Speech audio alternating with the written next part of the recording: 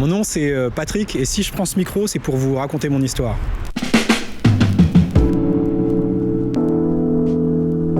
J'ai grandi à Nanterre, en banlieue ouest de Paris. Et c'est vrai qu'à Nanterre, à l'époque, il y avait beaucoup de terrains vagues, de bidonvilles et une diversité qui était assez hallucinante, avec des Arabes, des Noirs, des Blancs, tout ça dans la même ville. Donc c'était une mixité assez incroyable et j'ai toujours de très bons souvenirs de cette période-là. Quand ça sent le couscous, ça sent le mafé, ça sent le boudin, tu sais. Donc j'ai de bons souvenirs, surtout de l'espace pour jouer, tout ça. J'ai très bons souvenirs de mon enfance. L'événement marquant pour moi qui a un peu changé ma vie, ça a été la mort de mon frère. J'ai perdu mon frère lorsque j'avais 5 ans et à partir de ce moment-là, j'ai vraiment commencé à me poser des questions sur la vie et à 5 ans, tu comprends pas tout. Donc le début de ma vie spirituelle a commencé lorsque j'avais 5 ans, mais ça a été vraiment progressif et petit à petit, en grandissant, j'ai vraiment commencé à chercher quelque chose et cette chose-là, c'était Dieu. Ma famille était catholique. Je pense que ça m'a beaucoup aidé, ne serait-ce qu'au départ, à connaître un peu Jésus, à savoir qui il était, sans vraiment vouloir rechercher une relation. Parce que, comme tout enfant, en fait, je crois qu'on va à l'église juste parce que nos parents nous le demandent. Cependant, il y a quand même des graines qui sont plantées.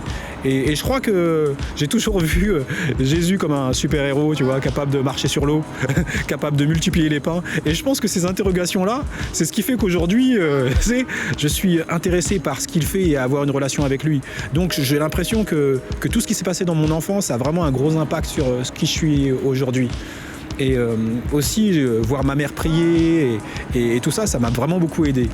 La seconde chose qui s'est passée, c'est que ce décès tragique dû à cet accident, ça m'a beaucoup... j'étais un enfant très peu confiant en lui, qui parlait pas beaucoup et très timide. Et ça m'a aussi plongé ça m'a aussi poussé du moins à écouter de la musique. Pour moi, la musique, c'était l'endroit où je m'enfermais pour pouvoir rêver, l'endroit où je m'enfermais pour pouvoir connaître mes émotions. Donc lorsque j'écoutais une musique triste, j'étais capable de ressentir mes émotions et de pouvoir y mettre des couleurs, je dirais. Et lorsque je voulais être gay, j'écoutais une musique qui était gay, tout simplement. Mais je suis vraiment plongé dans ça, quoi. Ce qui amène à une deuxième partie de ma vie. Et la deuxième partie de ma vie, c'est vraiment ma plongée dans la musique. J'ai commencé à cette époque, c'était l'émergence du hip-hop. Et j'ai été initié par un cousin à moi qui m'a mené partout avec lui. J'étais un disciple du hip-hop et il m'a mené partout avec lui et j'ai vraiment aimé ce mouvement en fait. Ce mouvement naissant, né dans les banlieues et tu voyais, c'était un mouvement avec de l'énergie et tout et je me suis vraiment reconnu dans ce mouvement-là. Et donc avec des amis, on a commencé à faire des concerts, à organiser des concerts. Alors c'était à Nanterre. La mairie de Nanterre, voyant qu'on commençait à être dans l'action, nous a demandé de produire une compilation. Donc c'était la première compilation de la ville de Nanterre. Avec ça, on a fait un concert avec plein de groupes nantériens et c'est vraiment une grande partie de ma vie. Je pense que c'est là où je me suis dit, Patrick, tu peux entreprendre, tu peux faire des choses, tu peux participer à un mouvement, tu peux créer des vagues et surtout voir toute cette énergie de jeunes et toute cette ambiance et surtout l'organisation. Franchement, pour moi, ça a été une révélation parce que malgré que je sois timide, malgré que je sois peu confiant en moi-même, je savais que lorsque j'organisais quelque chose avec des amis, ça pouvait marcher, quoi. Et je pense que Dieu m'a vraiment permis, via l'organisation, via la musique, de trouver un sens à ma vie aussi, et aussi trouver quel caractère j'avais, les choses que je pouvais développer.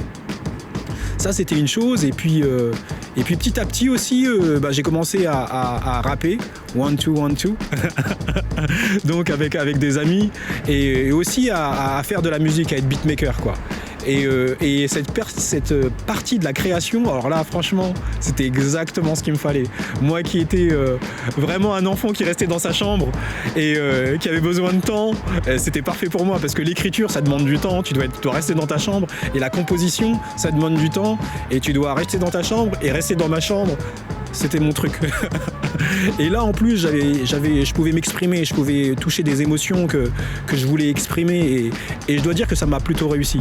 Donc j'ai commencé à faire des concours de beatmaking, donc avec des confrontations de beatmakers, et là franchement j'ai adoré parce que je préparais chez moi des émotions que je voulais communiquer à d'autres, et franchement j'étais plutôt bon, tu vois, et là encore Dieu il m'a révélé, ça m'a aidé à vaincre mes insécurités, et ça m'a aidé aussi à me faire un nom quelque part, tu vois.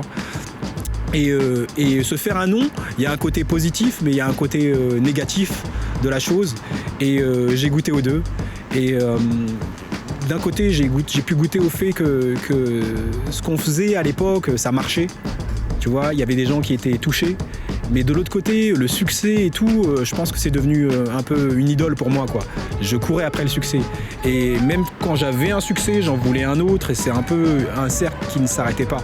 Quoi qu'il arrive, ça m'a fait m'écarter du bonheur et de la joie. Je pensais que la joie et le bonheur se trouvaient dans la musique, mais il m'a fallu du temps pour m'apercevoir que la joie, le bonheur, l'amour se trouvent en Jésus-Christ.